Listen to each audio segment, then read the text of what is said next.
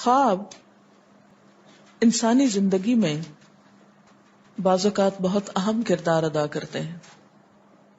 حدیث کے مطابق خواب 3 طرح کے ہوتے ہیں. نمبر 1، اپنے ہی دل کی بات، حدیث نفس، یعنی جو باتیں اپنے دل میں ہوتی ہیں، مثلا بغض ہے، حسد ہے، کسی کے بارے میں کینہ ہے، یا کوئی خواہشات ہیں، کسی سے ملاقات کو دل چاہتا ہے، تو یہ ساری جو دل کی باتیں ہوتی ہیں وہ رات کو خواب میں پوری ہو جاتی ہیں، نظر آ جاتی ہیں. اور آج کی نفسیات میں بھی اس کو ایسے ہی انٹرپریٹ کیا گیا ہے کہ بعض خواب انسان کی اپنی سوچ کو ریفلیکٹ کر رہے ہوتے ہیں، اس سے زیادہ ان کی کوئی حقیقت نہیں ہوتی. آپ خواب میں ہی سفر شروع کر دیتے ہیں اور سونے میں بھی ایک طرح سے جاگ رہے ہوتے ہیں. دوسری قسم کی خواب شیطان کا ڈراوا، شیطان کے وسوسے. یہاں سے شیطان کی ایفیشنسی بھی معلوم ہوتی ہے. نہ صرف یہ کہ وہ جاگتے میں آپ کو مختلف برے خیالات سجھاتا ہے، بلکہ سوتے وقت بھی نہیں پیچھا چھوڑتا. اور خصوصاً اگر انسان آیت الکرسی وغیرہ نہ پڑھ کر سوئے تو شیطان پاس ہی منڈلاتا رہتا ہے اور کوئی موقع جانے نہیں دیتا، حتیٰ کہ خواب میں بھی انسان کو ڈراتا ہے. اچھا، اس ڈرنے میں آپ دیکھیں کہ مختلف قسم کے ڈر ہوتے ہیں. کوئی مار رہا ہے آپ کو، بعض اوقات آپ رو رہے ہوتے ہیں خواب میں، بعض اوقات آپ کے اوپر ایک بوجھ محسوس ہوتا ہے کہ آپ کا سانس نہیں آ رہا ہوتا. یہ سب تصرفات شیطانی ہوتے ہیں. بعض اوقات آپ بہت گندا خواب کوئی دیکھتے ہیں، آپ کہتے ہیں میں نے بڑا گندا خواب دیکھا، تو یہ بھی دراصل کیا ہے؟ شیطان. اور تیسری چیز خدا کی بشارت، جیسے یہ یوسف علیہ السلام کی خواب میں تھی. ایسے خواب کی علامت کیا ہوتی ہے کہ وہ کوئی اپنی سوچ نہیں ہوتی، نہ کبھی سوچا ہوتا ہے، کبھی دل میں خیال ہی نہیں اس بات کا گزرا ہوتا. اب ایک عام انسان کے دل میں کیسے یہ خیال آ سکتا ہے کہ سورج میرے سامنے جھکا ہوا، یہ چاند جھکا، اور 11 ستارے، 10 بھی نہیں 11 ہیں. تو یہ ایک میننگ فل خواب ہے. ایسے ہی خواب کے بارے میں آپ صلی اللہ علیہ وسلم نے فرمایا، بخاری کی روایت ہے حضرت ابو ہریرہ سے، کہ لم یبق من النبوۃ الا المبشرات. قالوا وما المبشرات؟ قال الرؤیا الصالحہ. آپ صلی اللہ علیہ وسلم نے فرمایا، بشارتوں کے سوا نبوت کی کوئی چیز باقی نہیں رہی، یعنی نبوت ختم ہو گئی. اب کیا ہے؟ کچھ خوشخبریاں ہوں گی، خوابوں کے ذریعے لوگوں کو کچھ باتیں بتا دی جائیں گی.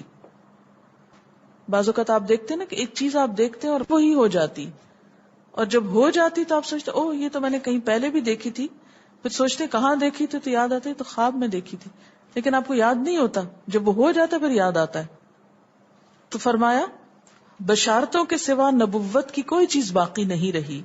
صحابہ نے دریافت کیا کہ بشارتوں سے کیا مراد ہے؟ آپ نے فرمایا سچا خواب، میننگ فل خواب. اور یہ سچے خواب بعض اوقات فیوچر کے بارے میں کچھ اطلاع ہوتے ہیں، بعض اوقات انسان کو ملنے والی کچھ خوشخبری ہوتے ہیں. یہ جو سچے خواب ہوتے ہیں یہ نبوت کا آغاز بھی ہوتے ہیں.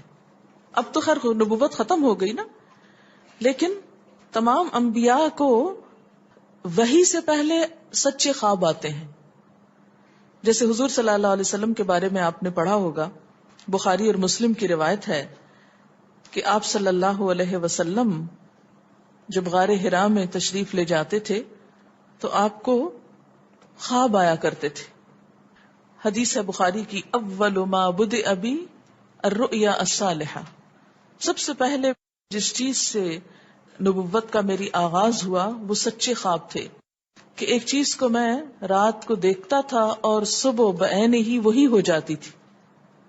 اس سے پریپیئر کیا گیا، جیسے یوسف علیہ السلام کو پریپیئر کیا جا رہا ہے کہ آئندہ اللہ تعالیٰ ان کو کسی بڑے مقام پہ پہنچانے والا ہے، اور وہ بعین ہی ایسے ہوا، اگرچہ 40 سال بعد ہوا لیکن ہو گیا.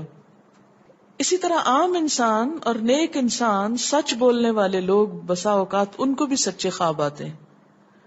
اور ایک خواب مثلاً ہو سکتا ہے آپ نے بچپن میں دیکھا ہو اور وہ اب آ کے پورا ہوا ہو. بعض اوقات آپ کسی انسان کو اس سے ملنے سے پہلے ہی خواب میں دیکھ لیتے ہیں، اور جب وہ نظر آتا ہے تو بالکل ویسا ہی ہوتا ہے، حالانکہ آپ نے اس کو دیکھا نہیں اور کہیں سے آپ اس کو دیکھ کے آئے بھی نہیں، نہ کوئی تصویر دیکھی نہ کچھ، لیکن اللہ تعالیٰ وہ نقشہ آپ کو خواب کے ذریعے دکھا دیتا ہے. آپ صلی اللہ علیہ وسلم نے یہ بھی فرمایا، بخاری اور مسلم کی روایت ہے، قال رسول اللہ صلی اللہ علیہ وسلم الرؤیا الصالحہ جزء من 46 جزءا من النبوہ، کہ سچا خواب نبوت کا 46واں حصہ ہے.